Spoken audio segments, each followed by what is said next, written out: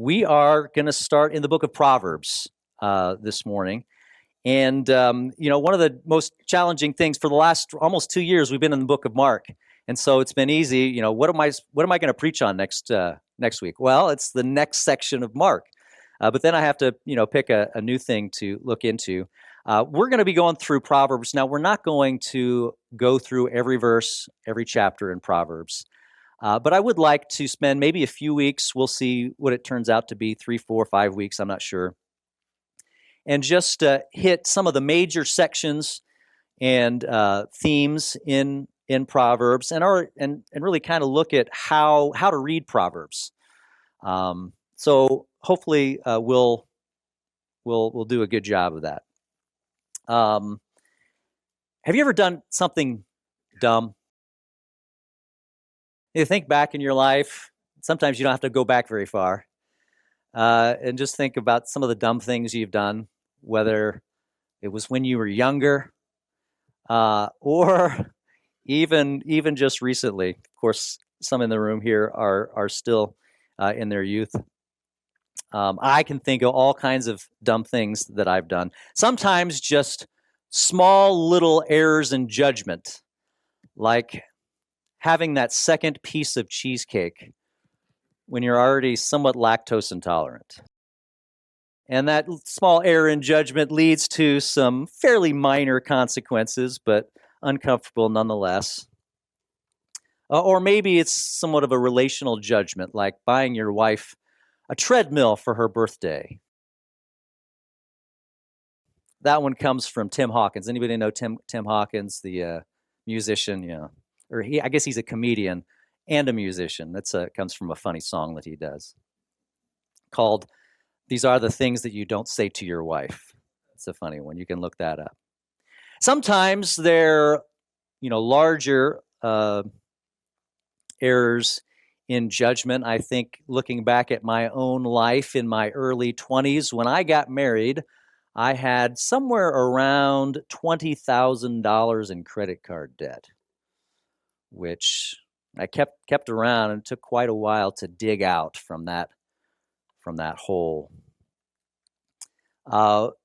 When it comes to wisdom, when it comes to doing dumb things, sometimes those things are minor mistakes of judgment, errors in judgment leading to embarrassment or annoying consequences. And other times, those dumb things are huge mistakes, many times even sins, that lead to more drastic consequences for both ourselves and others, leading to much more significant end results. I think of the woman who says, my boyfriend, he doesn't get angry very often. Most of the time, he's very sweet. And you know what? I can change him. Or the man who is invited up to a pretty girl's apartment, and he says, "Oh, it won't hurt. I'll just stay there for a few minutes, just for a little bit." Or the man like me who says, "Well, I can't afford it, but I'll just apply for one more credit card so that I can get what it is that I want right now."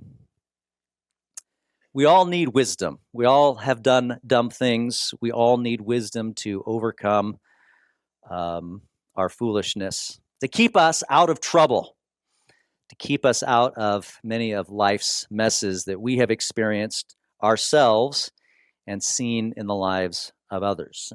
And that's what the book of Proverbs is about. Like I said, we're going to be spending a few weeks anyway in this book of Proverbs. The goal is to just get an overview of what's in the book, and also just some insights and tips on how to read the book of Proverbs to get the most out of it. So Proverbs, we'll open up to Proverbs chapter 1. And what is a proverb anyway? A proverb is just a wise saying.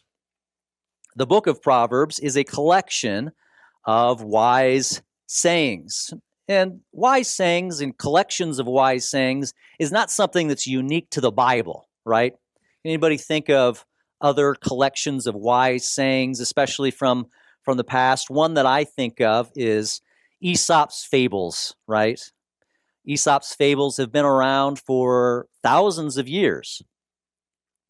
And many of us are familiar with them because they have, to some degree anyway, stood the test of time. The most famous one, I think, is the story of two different animals. What is that one? Anybody know?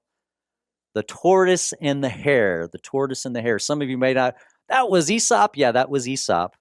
And it's been turned into books and even cartoons and things like that to share that same wisdom with the world.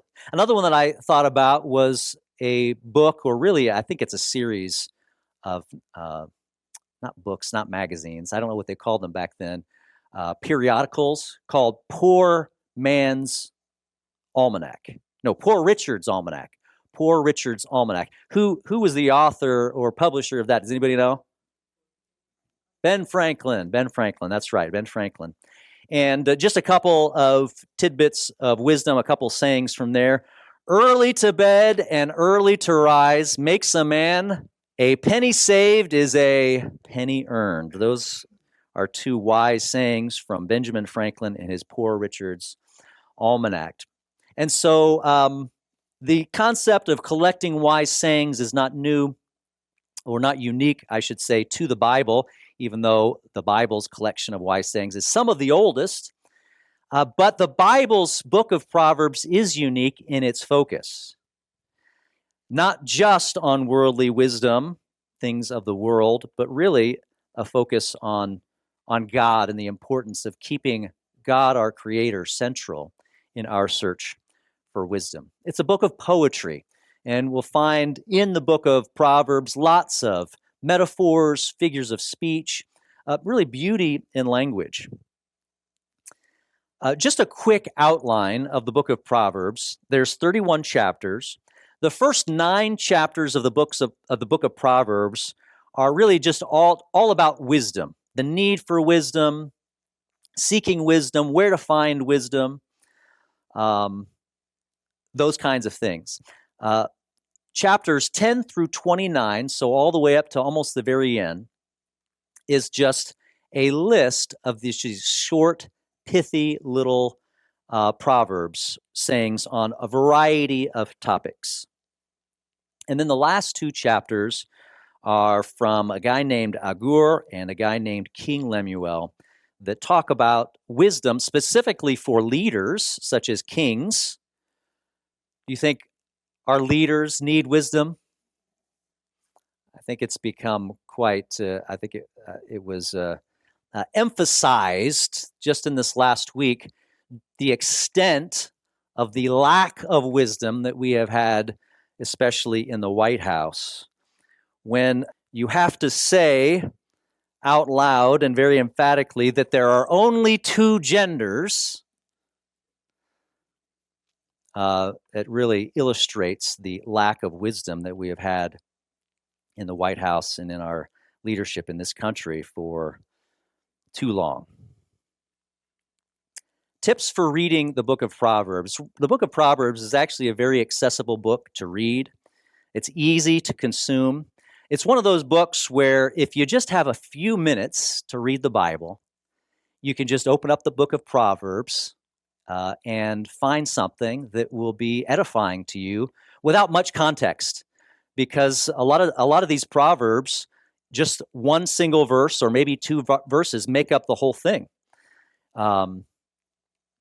Another interesting thing that you can do with Proverbs, there are 31 chapters in Proverbs, and there are 30 or 31 days in each month.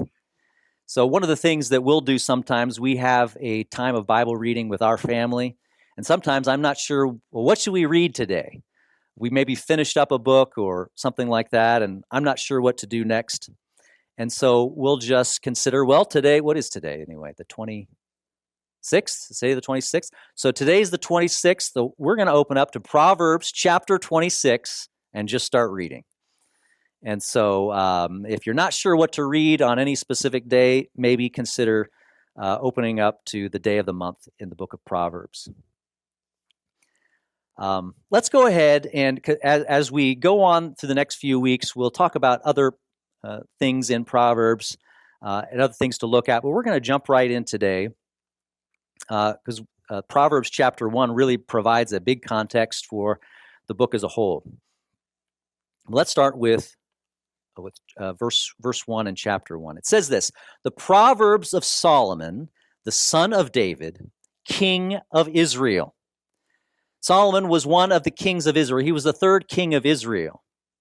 His father was David. If you know the story of David, David was a king who was a man after God's own heart, but he did something horrific.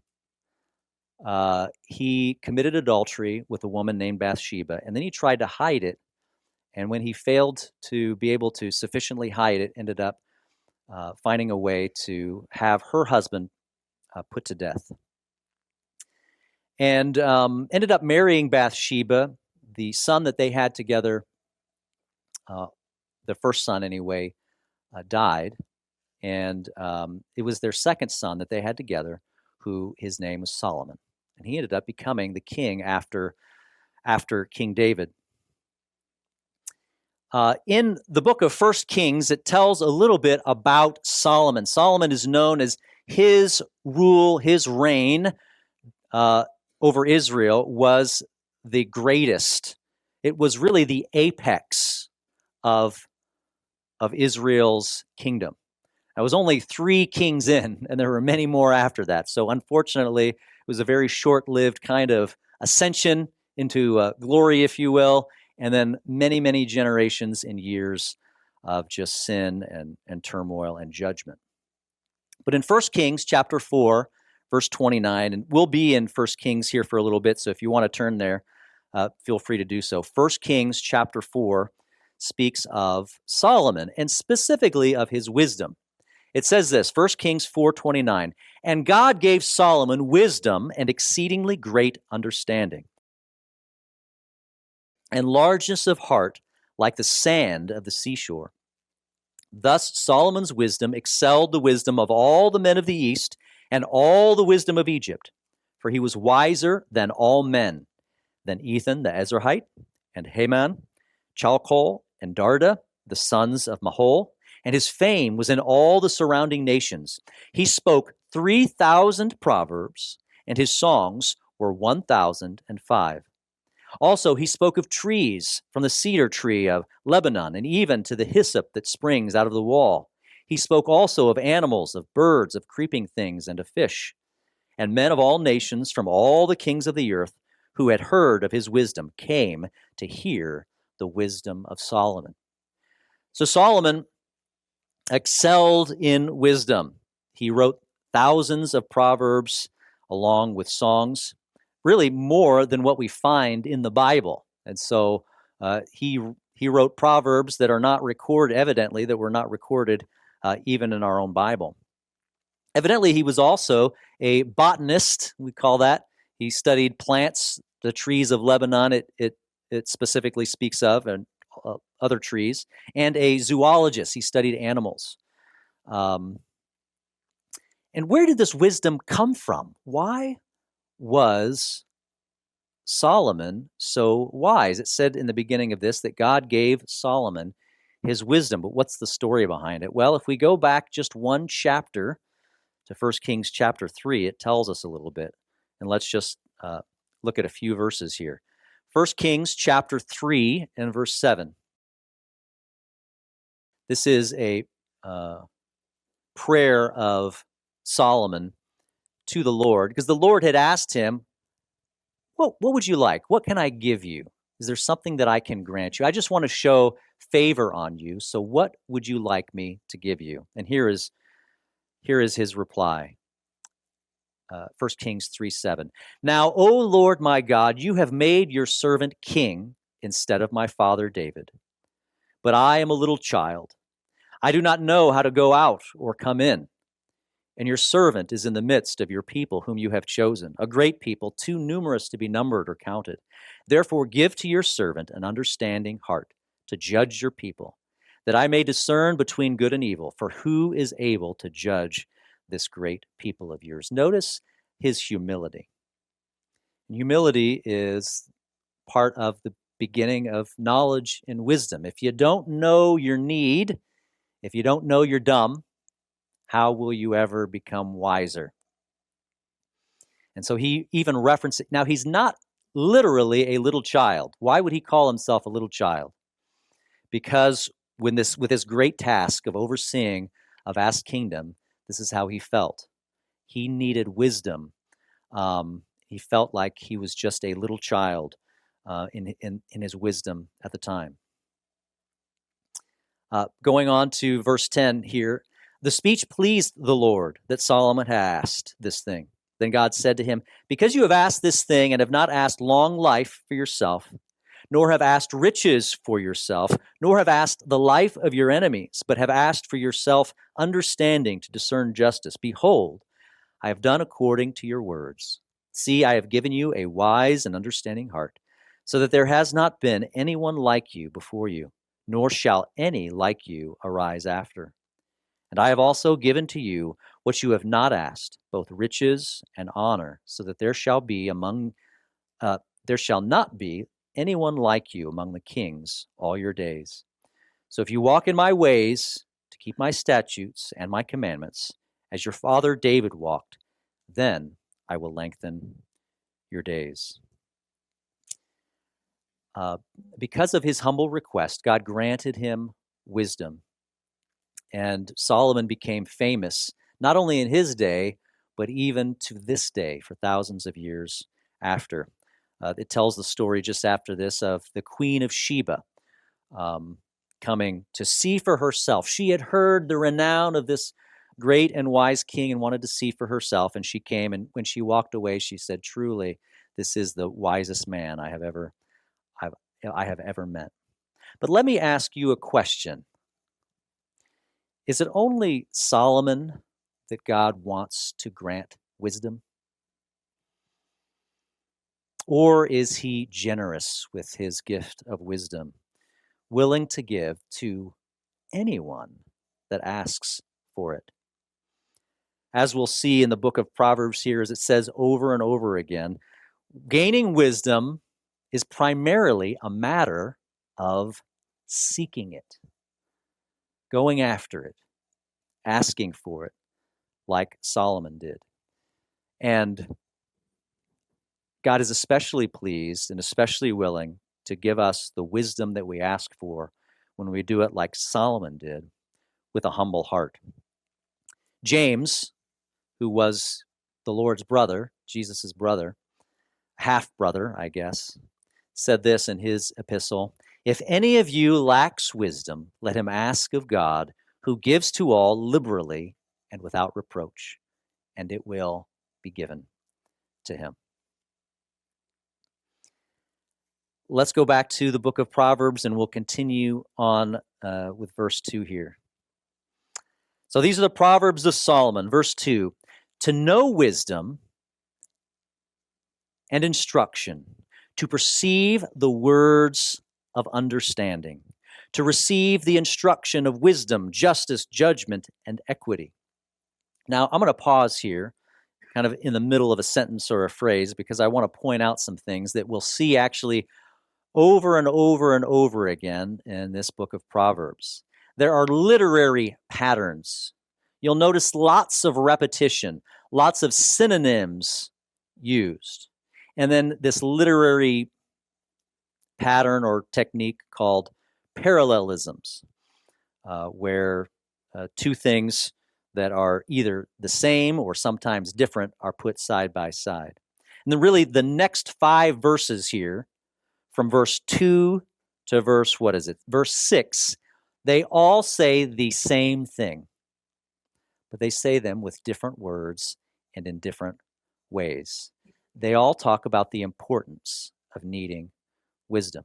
And why? Why repeat this? Why not just short and sweet say, "Hey guys, you need wisdom"? Well, one, for emphasis, right? There's a famous saying about real estate. What are the 3 most important things about real estate? Anybody know? Location, location, location, right? And so that one thing is so important that really is the top three, right? And it's somewhat of a silly thing. Well, it's just one thing. Why do we repeat it three times? Because we want to emphasize just how important this is. And so this is an opportunity to emphasize, listen, you need wisdom. We need wisdom.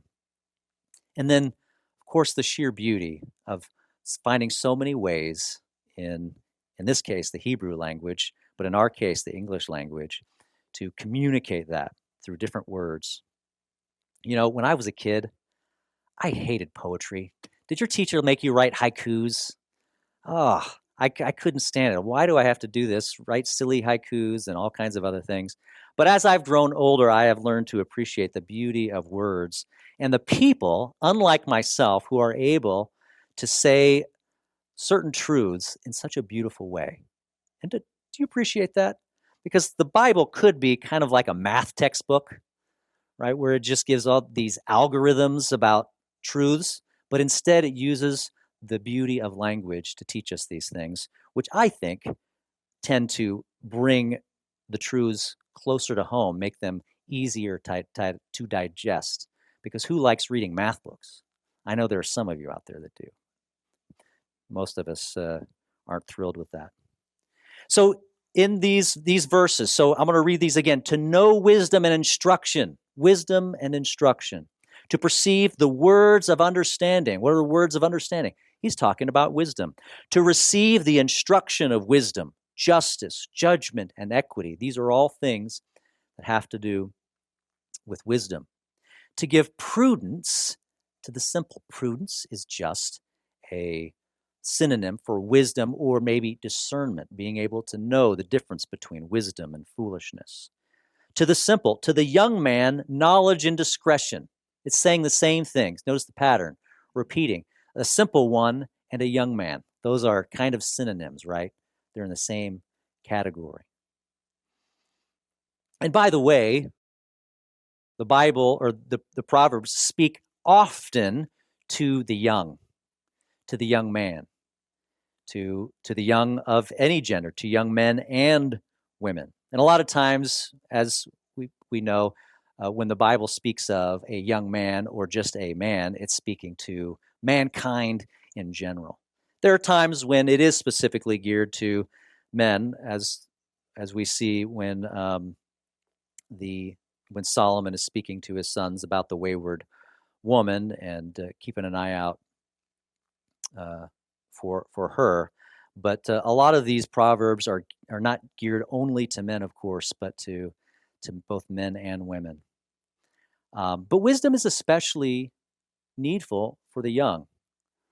It's good for the old and the young alike.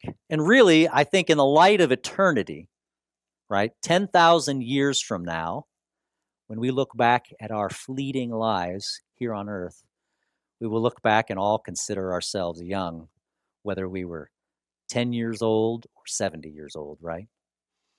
And so we ought to, I think, have that kind of mindset in mind when we're seeking wisdom. We might think, well, hey, I've been around for a long time. I'm 65, and so I think I've got all the wisdom that I need. Is that a good mindset to have? I think not.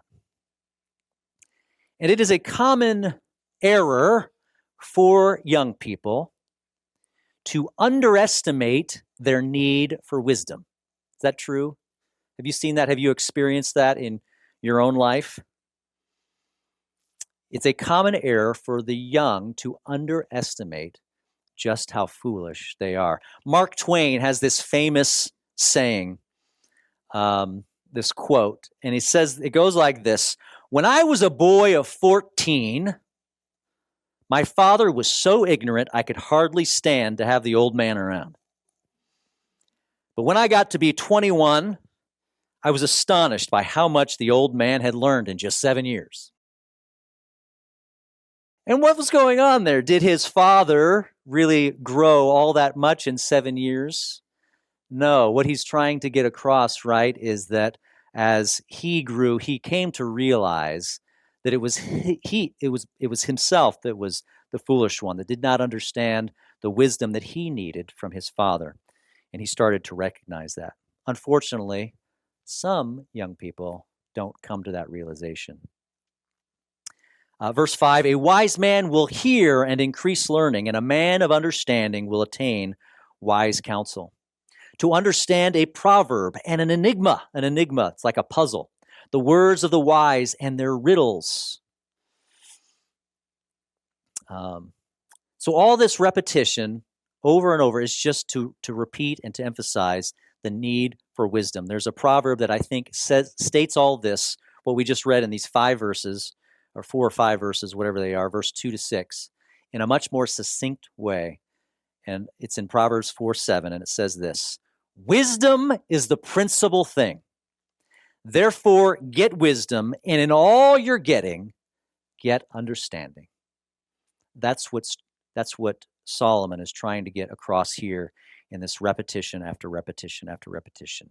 You need wisdom.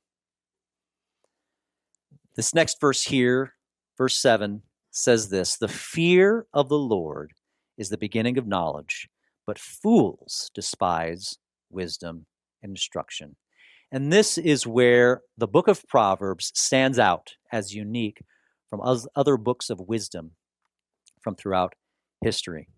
It says here that wisdom begins with fearing God. What is that word fear? What's he getting at? Is this quaking in your boots? This is a deep honor, a deep respect for the Lord. And if you don't have a deep honor and respect for the Lord, how can you have any wisdom? The beginning, the very beginning. Notice it doesn't say this is the end of wisdom, is fearing God. It's just the beginning. You can't even get to the beginning of wisdom unless you fear the Lord. So this brings up a question. Does this mean that an unbeliever, somebody who does not fear the Lord, can't have any wisdom? Is that true? It doesn't sound true, does it? There are plenty of people that I know that have a fair amount of wisdom, even though they're not believers, they don't fear the Lord. Yet, wisdom is a spectrum, right? And there are certain things that are more important than others. There are those who have street smarts, right? We call it street smarts. They've been around the block. They've had lots of interactions. They've learned over the years through experience how to deal with shady people, whatever it might be. There may be those who have academic knowledge. They've taken classes on philosophy and all kinds of different things to learn about the ways of the world and how things work. I think about authors of books on personal productivity, creating good habits, those who have written about health and how to stay healthy, or books on business, and they can share their wisdom. Those things are good, useful even to Christians for us to read. I think of some of the people I could think of was the Dalai Lama, right? He's kind of famous for saying wise sayings. Neil deGrasse Tyson, he's a famous scientist who's big on social media and shares a lot of his quote wisdom. And then even Elon Musk is known for having a lot of knowledge and business acumen and marketing acumen. He's done a lot of amazing things. But in the big picture of eternity, the wisdom that those men have, the wisdom that you will find in those books, is of such small significance. It's almost as if it's nothing. Because the most important things in life are not those things. The most important things in life center around knowing God. And so if you do not acknowledge Him and fear the Lord, how can you even say that you have any wisdom at all? There's an old teaching tool called the Catechism, called the Westminster Catechism. This was something put together by the Puritans back about 400 years ago. And their very first question that they ask, this is usually used to teach children, but it could be used to teach anybody of any age, a lot of times maybe new believers as well. But the first question is this: what is the chief end of man? And their answer, I think it is a wise answer. It's not something you can quote from the Bible, but I think it does a fairly good job of answering that question. And their answer is this: to glorify God and to enjoy Him forever. And if our very purpose in life, if our very existence has a purpose in glorifying God and enjoying Him, then how can we be said to have any wisdom at all if we completely ignore our primary and really almost only purpose here in the world, to glorify the Lord and to enjoy Him? How can we say we have any wisdom at all if we ignore and reject our Creator? That, ignoring God, is only the path of foolishness. As it also says in Proverbs, the fool has said in his heart, what? There is no God. Moving on to verse 8 here, says this: my son, hear the instruction of your father, and do not forsake the law of your mother, for they will be a graceful ornament on your head and chains about your neck. I love the beauty of the speech, the metaphors here that put these images in our minds of wisdom being like jewelry or a crown that ornaments us, that brings beauty to our lives. Where do you get wisdom, by the way? Where does wisdom come from? What is the source of wisdom? There are varying sources of wisdom of varying levels of quality. One of the main sources that I see that people get wisdom today is internet memes, right? You got a funny picture and some little quotes on top of them. And a lot of times they're really good, right? Sometimes they're really good. Sometimes they're not that great. Is that the best place to get wisdom? No. It, like I said, can be useful. And I think actually has opportunities to reach people, especially in this era of social media. But books, right? Books are a great source of wisdom. There's one book in particular, which is, I know, the best book to find wisdom. Which book is that? All right, you got the right answer. The Bible. But also, God has shown us that there are counselors, mentors, people in our lives, and a lot of, whether it's a book, author of a book, right? Ultimately, that goes back to a person who can share their wisdom with us. It might be somebody that we've never met before, or it might be a neighbor across the street, or a coworker, or it could be an elder in the church. But you know that God has created this thing called a family, where there are children who the Bible says that when they're born, foolishness is bound up in their hearts, and they need wisdom. And He has created this setup where there's a built-in counselor for the children. And what do you call those counselors? Parents. And so, my son, hear the instruction of your father, and do not forsake the law of your mother. Now, are parents always an amazing source of wisdom? This is a general rule, right? That parents are one of the greatest sources of wisdom for children. Now, there are some parents out there that are almost completely useless. Is that true? Yeah. And that's unfortunate. And among all parents, there's a range, right, of how much wisdom they do or do not have. But as a general rule, parents have plenty of wisdom that they can share with their children. And it is the responsibility of parents to share that wisdom with their children, not to hide it, not to keep it to themselves, but to share it. And so we ought to be thinking as parents, what are some habits that we can create? What are some things that we can do so that we are on a regular basis, not even just when I think about it, but on a regular basis, sharing our wisdom with our children? And sometimes parents aren't as forthgiving of the wisdom that they have to their children. And there's another responsibility when it comes to sharing wisdom, and that's the responsibility of the child, of the son or daughter. And that's what Solomon is saying here. He is asking his son, his daughters, to listen to him. I need you to listen. Parents can sometimes be busy. Parents have lots of responsibilities to attend to.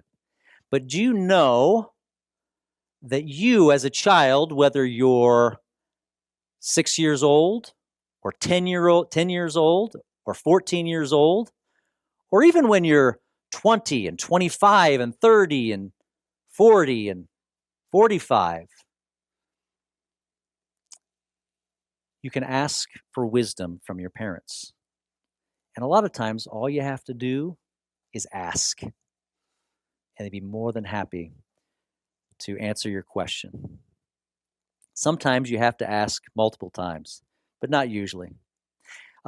Proverbs 20, verse 5 says this, "Counsel in the heart of a man is like deep waters, but a man of understanding will draw it out." There are people that you might want wisdom from, but they're not maybe as ready to give it out. They're not writing books like some people are. They're not writing notes of sharing their wisdom with you on a regular basis, but that wisdom is there. And sometimes you need to go like a well, like a deep well. You need to take that bucket way, way down deep in order to draw that out, to ask those questions. But a wise man will do that. Let's go on to the next section. The next section here has to do with temptation, really. It says this, "My son," this is verse 10, Proverbs chapter 1, verse 10, "My son, if sinners entice you, do not consent. If they say, 'Come with us, let us lie in wait to shed blood. Let us lurk secretly for the innocent without cause. Let us swallow them alive like Sheol or the grave, and whole like those who go down to the pit. We shall find all kinds of precious possessions. We shall fill our houses with spoil. Cast in your lot among us. Let us have one purse. My son, do not walk in the way with them. Keep your foot from their path. For their feet run to evil, and they make haste to shed blood. Surely in vain the net is spread in the sight of any bird. But they lie in wait for their own blood. They lurk secretly for their own lives. So are the ways of everyone who is greedy for gain. It takes away the life of its owner." Really here, Solomon is speaking to his son and warning him against looking for the easy life, trying to get worldly gain through sin and foolishness rather than through the means that God intended. And what he's describing here is something that Paul in the book of Romans said in just a few words. The wages of sin is what? Death. Sin leads to death. The way of foolishness, he's speaking here, describing murder and stealing. These things lead to death. It may look like it leads to riches and quick gain. But as he describes here and illustrates so well, he says, it looks like you are setting a trap for the one that you want to steal from. But ultimately, who is the trap for? Who is the trap set for? It's for yourself. Surely in vain the net is spread in the sight of any bird, but they lie in wait, the one who sets the trap, for their own blood. And they lurk secretly, not for the life of the other who they intended, but for their own life.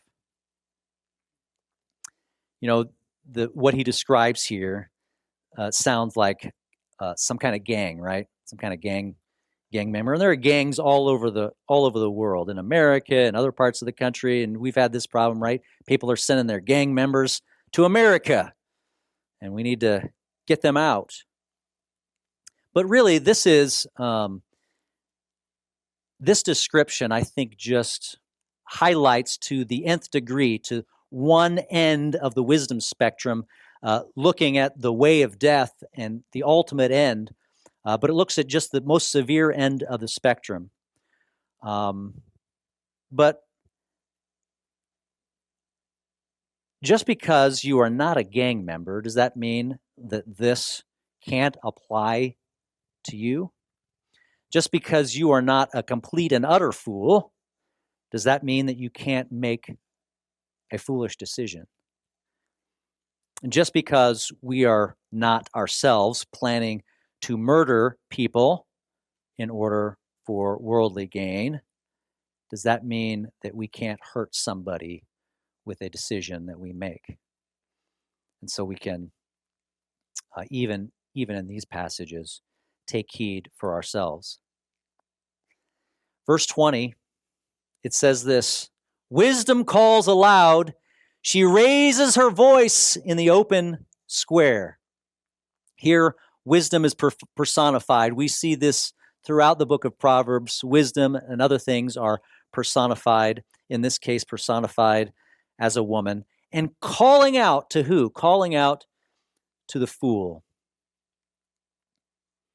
Is wisdom, and what is being described here, is wisdom hiding from us? Or is it instead, is wisdom calling out, crying out, listen, take heed, listen to me? Wisdom is not hiding. Verse 21, she cries out in the chief concourses, at the opening of the gates in the city. She speaks her words. How long, you simple ones, will you love simplicity? For scorners delight. I lost my place. Scorners delight in their scorning, and fools hate knowledge. Turn at my rebuke. Surely I will pour out my spirit on you. I will make my words known to you, because I have called and you refused.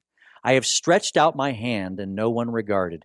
Because you disdained all my counsel and would have none of my rebuke, I also will laugh at your calamity. I will mock when your terror comes. When your terror comes like a storm and your destruction comes like a whirlwind, when distress and anguish come upon you. This lady wisdom, is she a woman of compassion?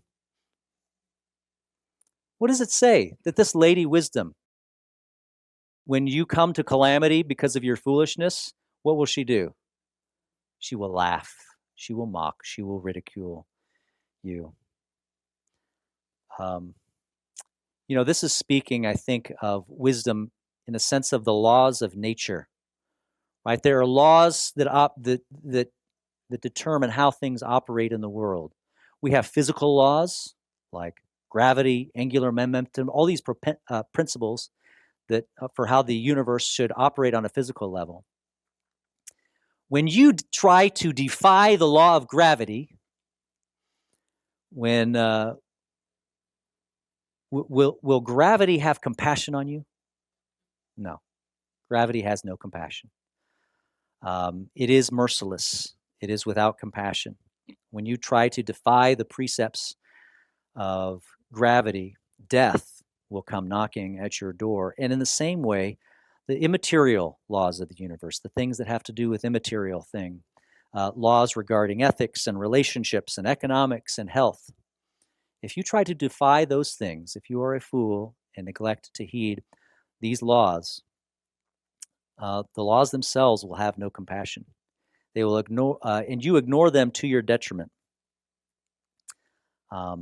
Wisdom is knowing what those laws are and attending to them. Verse 28. Then they will call on me, but I will not answer. They will seek me diligently, but they will not find me. Because they hated knowledge and did not choose the fear of the Lord, they would have none of my counsel and despised my every rebuke. Therefore they shall eat the fruit of their own way and be filled to the full with their own fancies.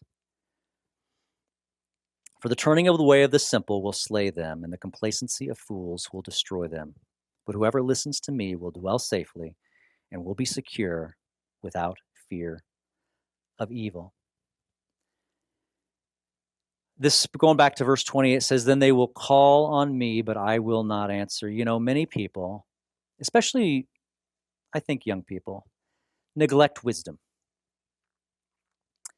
And they think that they can concern themselves with morality and ethics and good judgment later on in their life, maybe after they have enjoyed the pleasures of sin and a foolish lifestyle.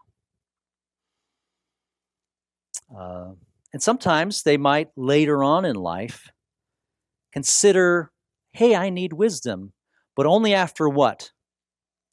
Only after they have borne the horrible and sometimes utterly unbearable fruit of their foolishness.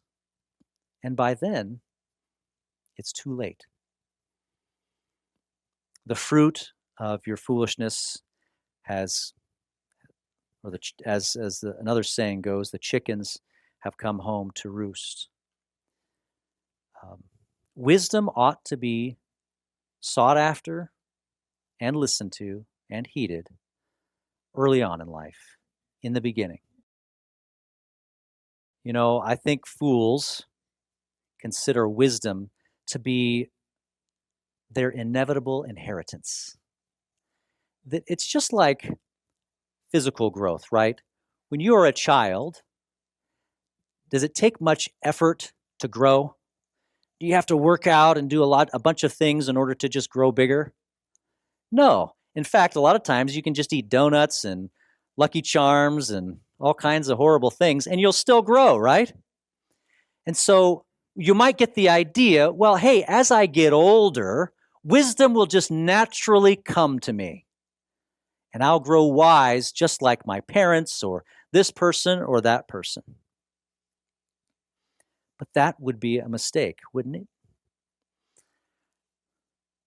Growth and wisdom comes when we take heed, when we listen carefully. It requires careful attention and ceaseless going after it, seeking after it, and asking for it. The last thing we'll look at, and I gotta finish up here, but is this last verse, this last verse. But whoever listens to me will dwell safely and will be secure without fear of evil. Wisdom leads to safety and security. And I think there are two ways we can take this.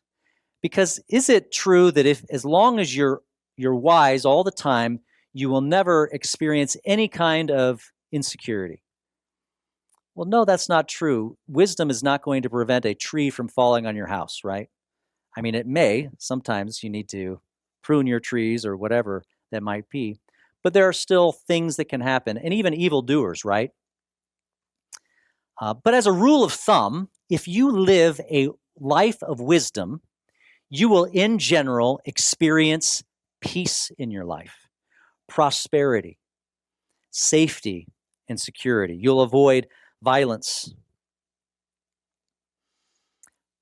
But I think in the bigger picture, and I think that's the most important thing, when it comes to matters of eternity, wisdom in knowing God is where we find absolute peace, absolute security, absolute safety. Wisdom always leads to security and safety. And that last verse, but whoever listens to me will dwell safely and will be secure without fear of evil. Ultimately, that fear of the Lord, and ultimately our relationship with the Lord by trusting in Christ, will lead us to a life of safety and security in our hearts. What was that song that we sang, right? It is well with my soul because we trust in him, regardless of what's going on, regardless of sickness or disease or turmoil or war or all the things that are raging on around us. We can have peace. And like it says here, we can dwell safely and be secure without fear of evil because of him. I have lots more to say, but I have to stop. And we'll pick this up next week. Let's pray. Father, this book of wisdom is so important. As Solomon says, this is the principal thing. We need wisdom. And we pray that you would, um, today especially, impact in our hearts the need for us to seek after wisdom constantly, not assume that we know everything that we need to know, but can regularly be growing in the principles of wisdom, and especially through knowing you. We ask these things in Jesus' name. Amen.